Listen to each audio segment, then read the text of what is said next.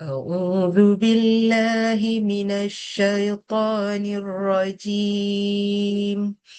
بسم الله الرحمن الرحيم. Kita sambung muka surat 227. قال يا نوح إنه ليس من أهلك إنه عمل غير صالح فلا تسألني ما ليس لك به علم إني أعظك أن تكون من الجاهلين. قال رب إني أعوذ بك أن أسألك ما ليس لي به علم وإلا تغفر لي وترحمني أكن من الخاسرين. قيل يا نوح اهبط بسلام منا وبركات عليك وعلى أمم ممن معك وأمم سنمتعهم ثم يمسهم منا عذاب أليم. Okey, bawah ni dah cerita lain. Cerita atas tu tentang Nabi Nuh bila dia bahtera tu berlayar, dia nampak anak dia, dia ajak naik. Ni muka surat sebelum ni anak dia tak nak dan anak dia tenggelam. Dan di hujung muka surat sebelum ni Nabi Nuh mempersoalkan Allah. Dia kata, kenapa Allah? Dia tu anak aku. Lepas tu ini jawapan Allah. Allah kata apa? Wahai Nuh, dia bukan dari ahlika. Ni maksudnya ahli lah, bukan dari kumpulan kamu. Dia bukan beramal soleh. Jangan tanya aku benda-benda yang kau tak tahu. Lepas tu barulah Nabi Nuh macam bertaubat lah kan. Dia cakap, aku berlindung denganmu dari bertanya apa-apa yang aku tidak tahu tentangnya. Jadi itulah habisnya cerita Nabi Nuh yang dengan bahteranya. Kita sambung ayat 49. A'udzubillahi minasyaitonirrajim. تلك من أنباء الغيب نوحيها إليك ما كنت تعلمها أنت ولا قومك من قبل هذا فاصبر إن العاقبة للمتقين. Termasuk cerita kaum Ad pula sekarang. Nabi Hud. Wa ila adin akhahum huda qala ya qaumi ibudullaha ma lakum min ilahin ghairuh in antum illa muftarun. يا قوم لا أسألكم عليه أجرا إن أجري إلا على الذي فطرني أفلا تعقلون. ويا قوم استغفروا ربكم ثم توبوا إليه يرسل السماء عليكم مدرارا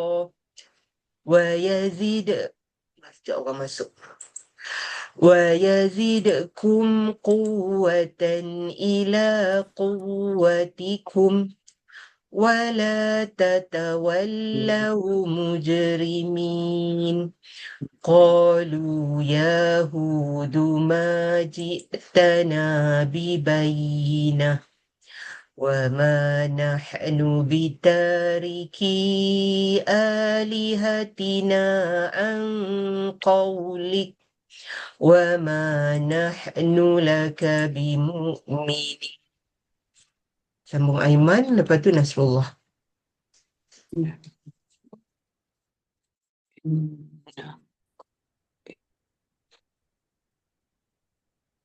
إن نقول إلا اعتراك بعض آلهتنا بسوء قال إني أشهد الله واشهدوا أني بريء مما تشركون من دونه فكيدوني جميعا ثم لا تنظرون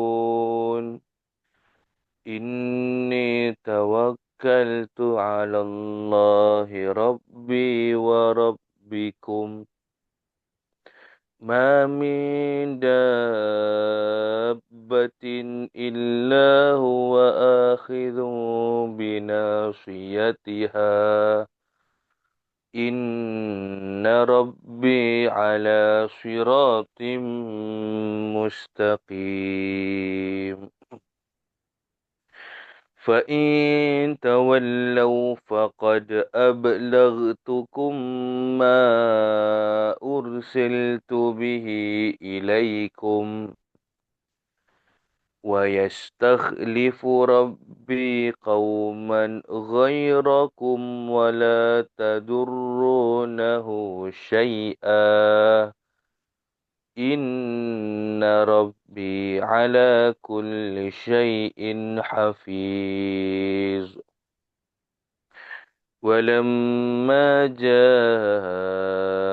أمرنا نجينا هودا والذين آمنوا معه برحمة منا ونجيناهم من عذاب غليظ وتلك عاد جهدوا بآيات ربهم وعصوا رسله واتبعوا أمر كل جبار عنيد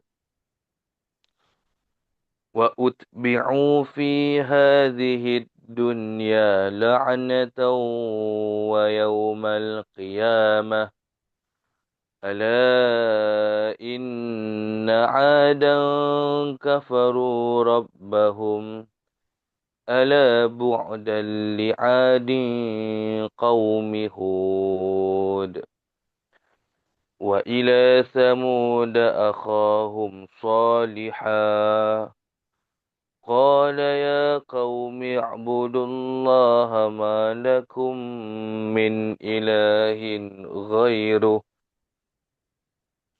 هو أنشأكم من الأرض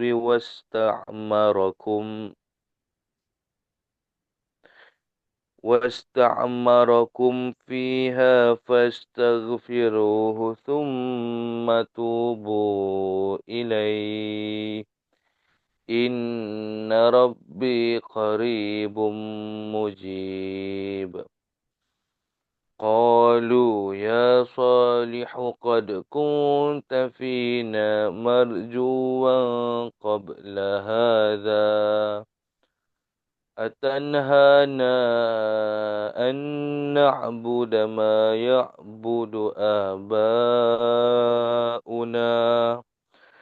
وإننا لفي شك مما تدعونا إليه مريب قال يا قوم أرأيتم إن كنت على بينة من ربي وآتاني منه رحمة فمن ينصرني من الله إن عصيته فما تزيدونني غير تخسير ويا قوم هذه ناقة الله لكم آية فذروها تأكل في أرض الله ولا تمسوها بسوء فيأخذكم عذاب قريب فعقروها فقال تمتعوا في داركم 3 أيام ذلك وعد غير مكذوب فلما جاء أمرنا نجينا صالحا والذين آمنوا معه برحمة منا ومن خزي يومئذ إن ربك هو القوي العزيز وأخذ الذين ظلموا الصيحة فأصبحوا في ديارهم جاثمين كأن لم يغنوا فيها ألا إن ثمود كفروا ربهم ألا بعدا لثمود ولقد جاءت رسلنا إبراهيم بالبشرى قالوا سلام قالوا سلاما قال سلام فما لبث أن جاء بعجل حنيذ فلما رأى أيديهم لا تصل إليه نكرهم وأوجس منهم خيفة قالوا لا تخف إنا أرسلنا إلى قوم لوط وامرأته قائمة فضحكت فبشرناها فبشرناها بإسحاق ومن وراء إسحاق يعقوب قالت يا ويلتى أألد وأنا عجوز وهذا بعلي شيخا إن هذا لشيء عجيب قالوا أتعجبين من أمر الله رحمة الله وبركاته عليكم أهل البيت إنه حميد مجيد فلما ذهب عن إبراهيم الروع وجاءته البشرى فتح balik وجاءته البشرى يجادلنا في قوم لوط إن إبراهيم لحليم أواه منيب يا إبراهيم أعرض عن هذا إنه قد جاء أمر ربك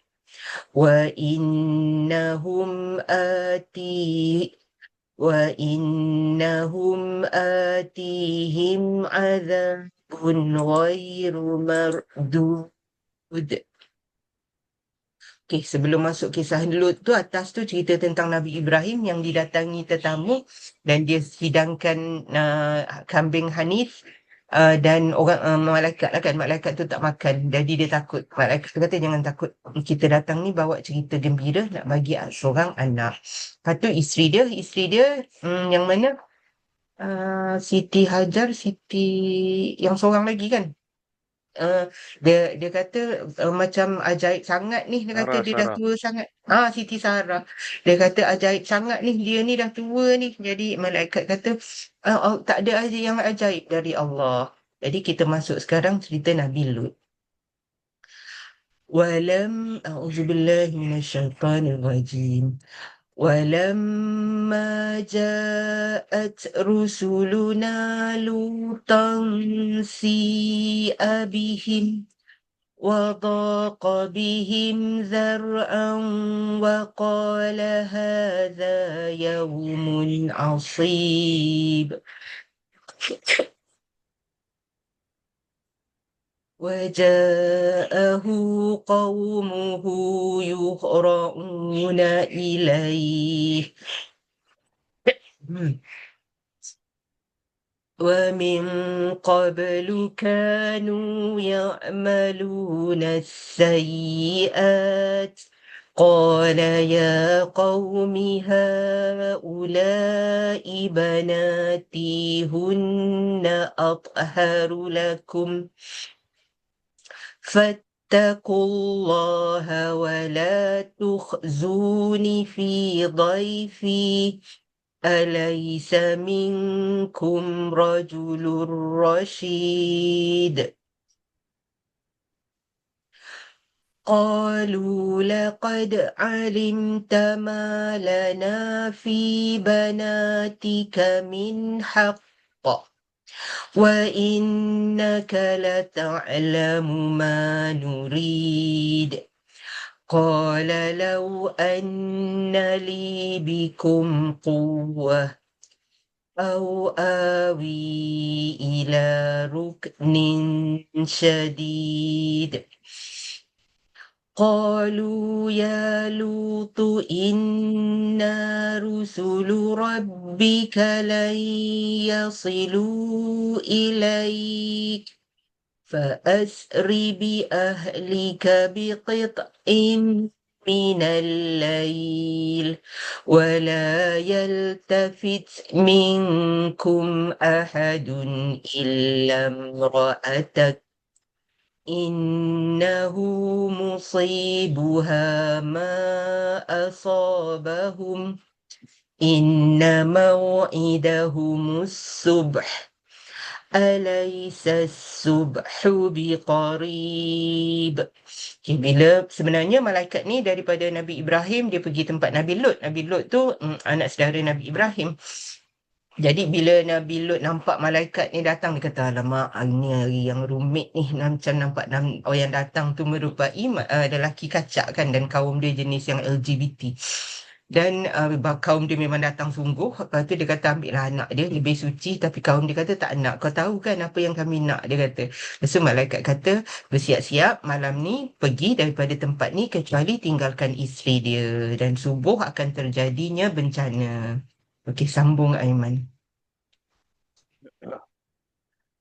فلما جاء أمرنا جعلنا عاليها سافلها وأمطرنا عليها حجارة من سجيل منضود مسومة عند ربك وما هي من الظالمين ببعيد وإلى مدين أخاهم شعيبا قال يا قوم اعبدوا الله ما لكم من إله غيره ولا تنقصوا المكيال والميزان إني أراكم بخير وإني أخاف عليكم. Saya ulang. وإني أخاف عليكم عذاب يوم محيط. ويا قوم أوفوا المكيال والميزان بالقسط ولا تبخسوا الناس أشياءهم ولا تعثوا في الأرض مفسدين. بقية الله خير لكم إن كنتم مؤمنين وما أنا عليكم بحفيظ. قالوا يا شعيب أصلاتك تأمرك أن Saya ulang balik. قالوا يا شعيب أصلاتك تأمرك أن نترك ما يعبد آباؤنا أو أن نفعل في أموالنا ما نشاء إنك لأنت الحليم الرشيد. قال يا قوم أرأيتم إن كنت على بينة من ربي ورزقني منه رزقا حسنا وما أريد أن أخالفكم إلى ما أنهاكم عنه إن أريد إلا الإصلاح ما استطعت وما توفيقي إلا بالله عليه توكلت وإليه أنيب. ويا قوم لا يجرمنكم شقاقي أن يصيبكم kata balik أن يصيبكم مثل ما أصاب قوم نوح أو قوم هود أو قوم صالح وما قوم لوط منكم ببعيد واستغفروا ربكم ثم توبوا إليه إن ربي رحيم ودود. قالوا يا شعيب ما نفقه كثيرا مما تقول وإنا لنراك فينا ضعيفا ولولا رهتك لرجمناك وما أنت علينا بعزيز. قال يا قوم أرهطي أعز عليكم من الله واتخذتموه وراءكم زهريا إن ربي بما تعملون محيط. ويا قوم اعملوا على مكانتكم إني عامل سوف تعلمون من يأتيه عذاب يخزيه ومن هو كاذب وارتقبوا إني معكم رقيب.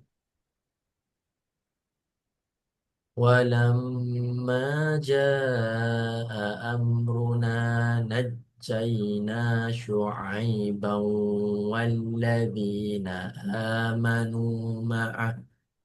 Okay, patah balik والذين آمنوا معه برحمة منا وأخذت الذين ظلموا. Patah balik.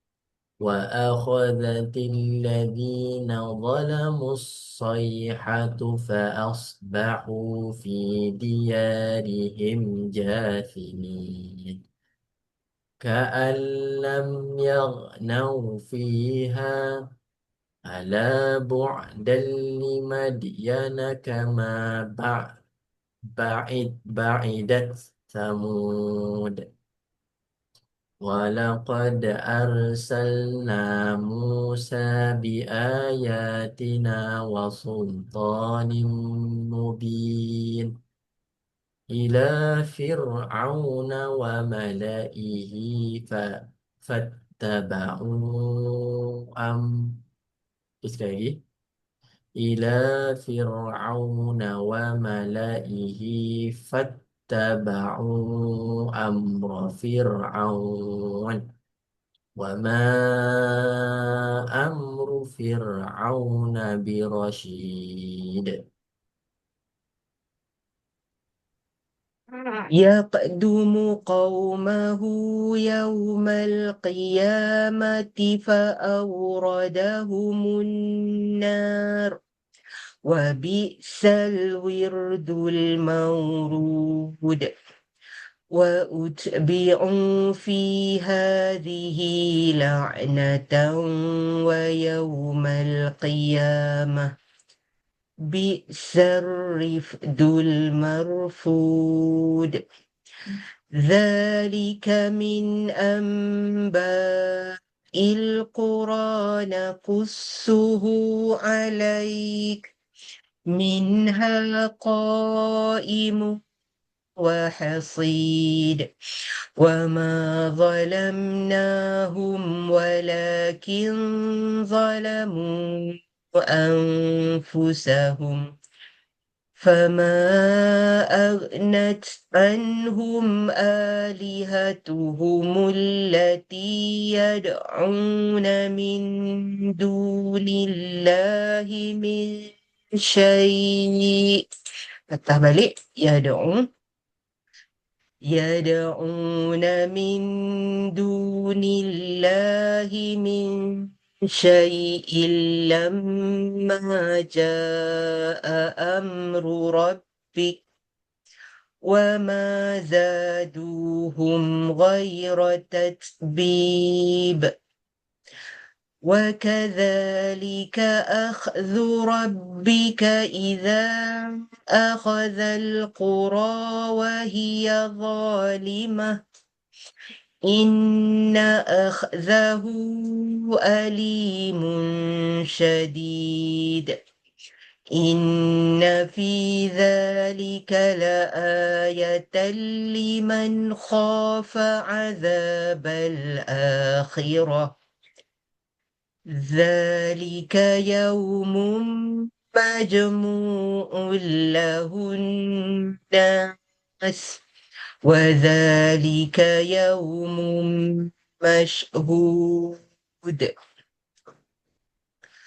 وما نؤخره إلا لأجل معدود يوم يأتي لا تكلم نفس إلا بإذنه فمنهم شقي وسعيد فأما الذين شقوا ففي النار لهم فيها زفير وشهيق خالدين فيها ما دامت السماوات والأرض إلا ما شاء ربك إن ربك فعال لما يريد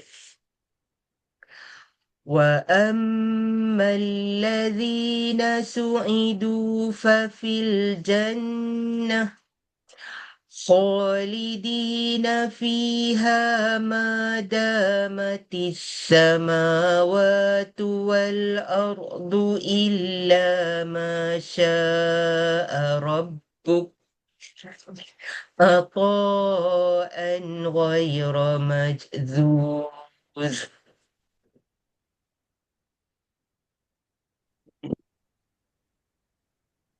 فلا تك في مرية مما يعبد هؤلاء ما يعبدون إلا كما يعبد آباؤهم من قبل وإنا لموفوهم نصيبهم غير منقوص ولقد آتينا موسى الكتاب فاختلف فيه ولولا كلمة سبقت من ربك لقضي بينهم وإنهم لفي شك منه مريب وإن كلا لما Apa ni ليوفين Aiman?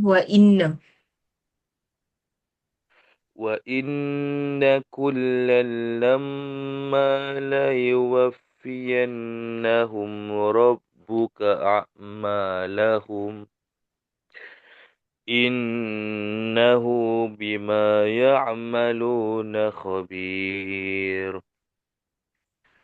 فاستقم كما أمرت ومن تاب معك ولا تطغوا إنه بما تعملون بصير ولا تركنوا إلى الذين ظلموا فتمسكم النار وما لكم من دون الله من أولياء ثم لا تنصرون وأقم الصلاة طرفي النهار وزلفا من الليل إن الحسنات يذهبن السيئات ذلك ذكرى للذاكرين واصبر فإن الله لا يضيع أجر المحسنين فلولا كان من القرون من قبلكم أولو بقية ينحون Ulang balik بقية ينهون عن الفساد في الأرض إلا قليلا ممن أنجينا منهم واتبع الذين ظلموا ما أترفوا فيه وكانوا مجرمين وما كان ربك ليهلك القرى بظلم وأهلها مصلحون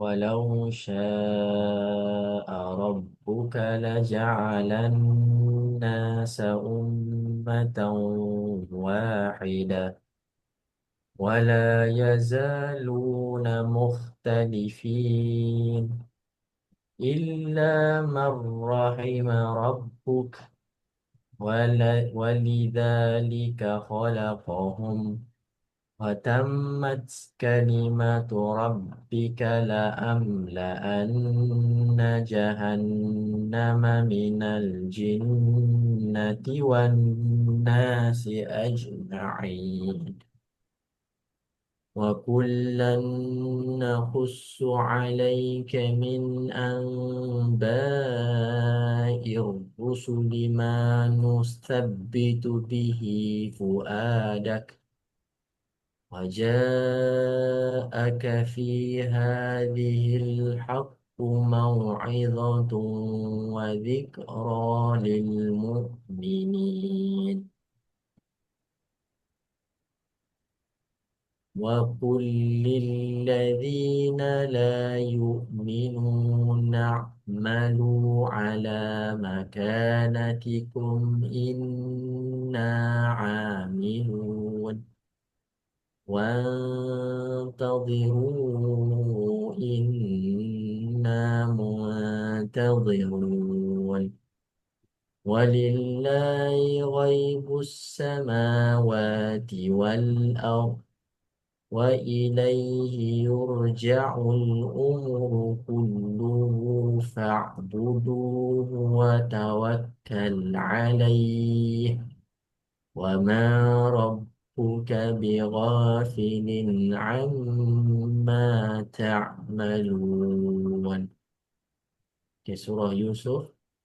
Bismillahirrahmanirrahim. Alif Lam Ra. Tilka ayatul kitabil mubin. Inna anzalnahu Qur'anan Arabiyyan la'allakum ta'qilun. نحن نقص عليك أحسن القصص بما أوحينا إليك كيف lagi بما أوحينا إليك هذا القرآن وإن كنت من قبله لمن الغافلين إذ قال يوسف لأبيه يا أبت إني رأيت 11 كوكبا والشمس والقمر رأيتهم لي ساجدين.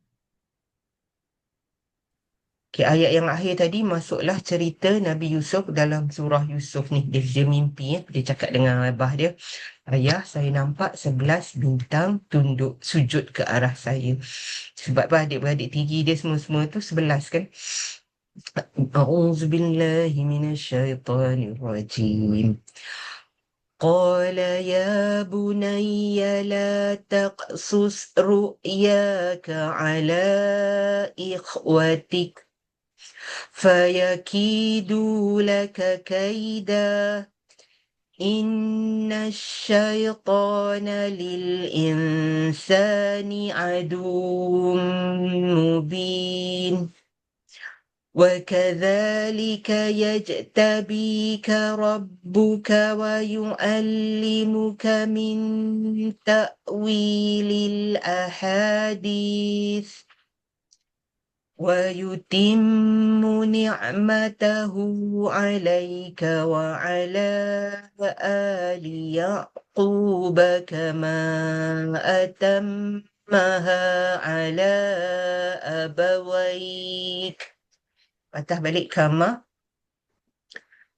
كما أتمها على أبويك من قبل إبراهيم وإسحاق إن ربك عليم حكيم. لقد كان في يوسف وإخوته آيات للسائلين. Bila dia beritahu ayah dia kata jangan cerita tentang mimpi tu dengan adik-beradik dia. Nanti adik-beradik dia buat jahat ke dia sebab syaitan tu musuh kita, sebab dia kata jangan jadi macam mak bapak kita dulu, Nabi Ibrahim, Nabi Ishak kena diuji dengan syaitan ni kan. Sebab Nabi Yaakob ni anak Nabi Ishak kan. Ibrahim, Ishak, Yaakob. Okay. Yusuf lepas tu. Okay, kita sambung. A'udzubillahi minasyaitanirrajim. لقد كان في يوسف وإخوته آيات للسائلين إذ قالوا ليوسف وأخوه أحب إلى أبينا منا ونحن عصبة إن أبانا لفي ضلال مبين اقتلوا يوسف أو اطرحوه أرضا يخل لكم وجه أبيكم وتكونوا من بعده قوما صالحين قال قائل منهم لا تقتلوا يوسف وألقوه في غيابة الجب يلتقطه بعض السيارة إن كنتم فاعلين قالوا يا أبانا ما لك لا تأمنا على يوسف وَإِنَّا لَهُ لَنَاصِحُونَ. Dekat tak manna tadi ada satu bacaan unik, cuma satu tempat dalam Quran, nama hukumnya ishmam. Maksudnya kena muncungkan mulut bila baca tak manna. Macam tu ya. أرسله معنا غدا يرتع ويلعب وَإِنَّا لَهُ لَحَافِظُونَ قَالَ إِنِّي لَيَحْزُنُنِي أَن تَذْهَبُوا بِهِ وَأَخَافُ أَن يَأْكُلَهُ الذِّئْبُ وَأَنْتُمْ عَنْهُ غَافِلُونَ قالوا لئن أكله الذئب ونحن عصبة إنا إذا لخاسرون. Jadi cerita je adik-beradik dia cakap sesama sendiri, cakap abah tu lebihkan Yusuf daripada kita. Macam tak adil lah gitu. Jadi dia kata, jom kita bunuhlah Yusuf ni. Lepas tu salah seorang dia kata, tak payahlah bunuh. Jom kita campak je dia dekat perigi buta. Roya batil jub ni maksudnya perigi buta. Nanti akan ada orang lalu lalang, nanti orang jumpa lah dia. Jadi kat bawah ni dia cakap dekat ayah dia, kata bagilah Yusuf ikut kita pergi main, kita boleh jaga. Bapak dia kata takutlah nak lepaskan Yusuf dengan dia nanti kena makan serigala pula. Adik-beradik dia kata takkan kita tak boleh jaga, kita ramai, kalau kita tak boleh jaga dia daripada kena makan serigala, rugilah kita, apa guna kita ramai, lebih kurang gitulah maksudnya. Jom sambung Aiman. فلما ذهبوا به وأجمعوا أن يجعلوه في الغيابة الجب وأوحينا إليه لتنبئنهم بأمرهم هذا وهم لا يشعرون وجاءوا أباهم عشاء يبكون قالوا يا أبانا إنا ذهبنا نستبق وتركنا يوسف عند متاعنا فأكله الذئب وما أنت بمؤمن لنا ولو كنا صادقين وجاءوا على قميصه بدم كذب قال بل سولت لكم أنفسكم أمرا فصبر جميل والله المستعان على ما تصفون وجاءت سيارة فأرسلوا واردهم فأدلى دلوا قال يا بشرى هذا غلام وأسروه بضاعة والله عليم بما يعملون وشروه بثمن بخس دراهم معدودة وكانوا فيه من الزاهدين وقال الذي اشتراه من مصر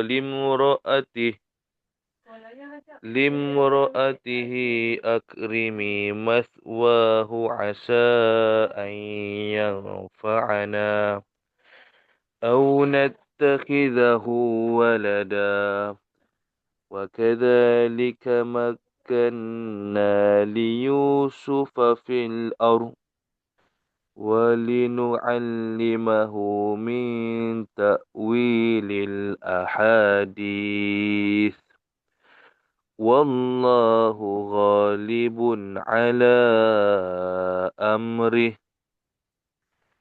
ولكن أكثر الناس لا يعلمون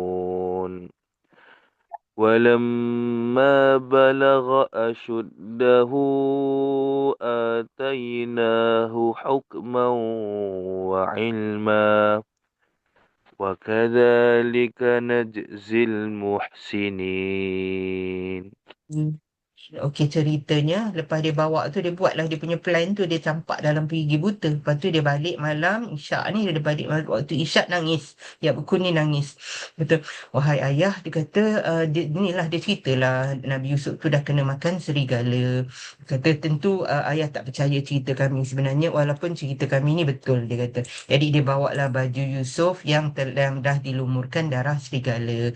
Jadi itulah sejak tu Nabi Yaakob tu dia sedih sangat sampai yang mata dia tak nampak tu kan. Jadi bila satu kumpulan orang berdagang lalu jumpa Nabi Yusuf, dia keluarkan, dia jual lah Nabi Yusuf tu dengan harga yang murah dan dibeli oleh Governor Mesir masa tu. Jadi dia bawa balik, dia cakap dengan isteri dia, jagalah budak ni, nanti boleh jadi manfaat untuk kita. Dan dia belalah sampai Yusuf tu besar, Allah jadikan dia diberi hikmah dan ilmu sampai bila dia besar. Jom kita sambung ceritanya. وراودته التي sorry وراودته التي هو في بيتها عن نفسه وغلقت الأبواب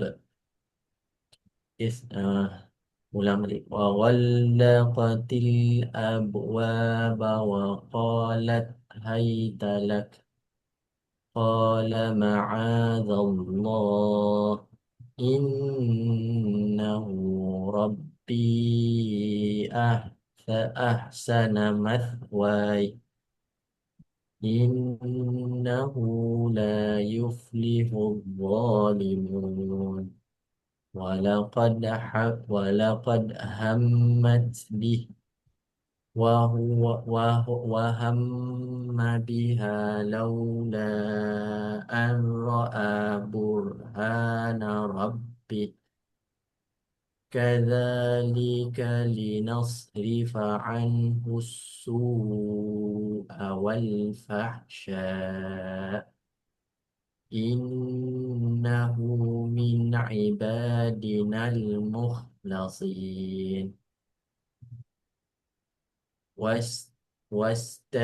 واستبق الباب وقدت قميصه من دبر lagi من دبر وألف يا سيدها لدى الباب قالت ما جزاء من أراد بأهلك سوءا إلى أن يسجن. Okay, ambil dekat إلا أن يسجن أو عذاب أليم قال هي راودتني عن نفسي وشهد شاهد من أهلها إن كان قميصه kita balik إن كان قميصه قد من قبل فصدقت وهو من الكاذبين وإن كان قميصه قد من دبر فكذبت وهم من الصادقين فلما رأى قميصه قد من دبر قال إنه من كيدكن إن كيدكن عظيم يوسف أعرض عن هذا واستغفري لذنبك إنك كنت من الخاطئين وقال نسوة في المدينة امرأة العزيز تراود فتاها sekali lagi تراود فتاها عن نفسه قد شغفها حبا إنا لنراها في ضلال مبين. Okay. Page ni cerita bila dia dah besar, isteri governor tu Zulaikha mula nakkan Yusuf untuk diri dia. Satu hari bila suami dia tak ada, dia tutup pintu semua, dia nak goda, dan bila Nabi Yusuf lari, dia tarik baju tu yang terkoyak tu. Bila buka pintu, terserempak dengan suami dia. Dia tu cakap kat suami dia, apa kita nak buat orang yang macam nak usik dia. Jadi dikatakan antara saudara-saudara tu, dia kata tengok, kalau koyak kat depan Nabi Yusuf yang bohong, kalau koyak kat belakang isteri dia yang bohong. Jadi isteri dia itulah yang dibuktikan menipu.